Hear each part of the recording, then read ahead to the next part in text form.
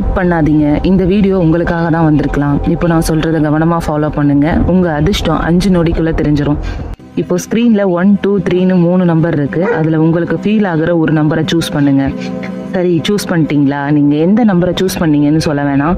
அதுக்கேற்ப உங்களோட ஃப்யூச்சரை நான் சொல்கிறேன்.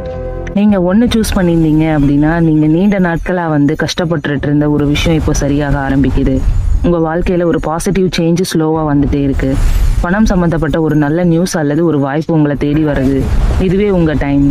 நீங்கள் 2 சூஸ் பண்ணியிருந்தீங்கன்னா, நீங்கள் எதிர்பார்த்த ஒரு குட் நியூஸ் ரொம்ப சீக்கிரமாக கிடைக்க போகுது.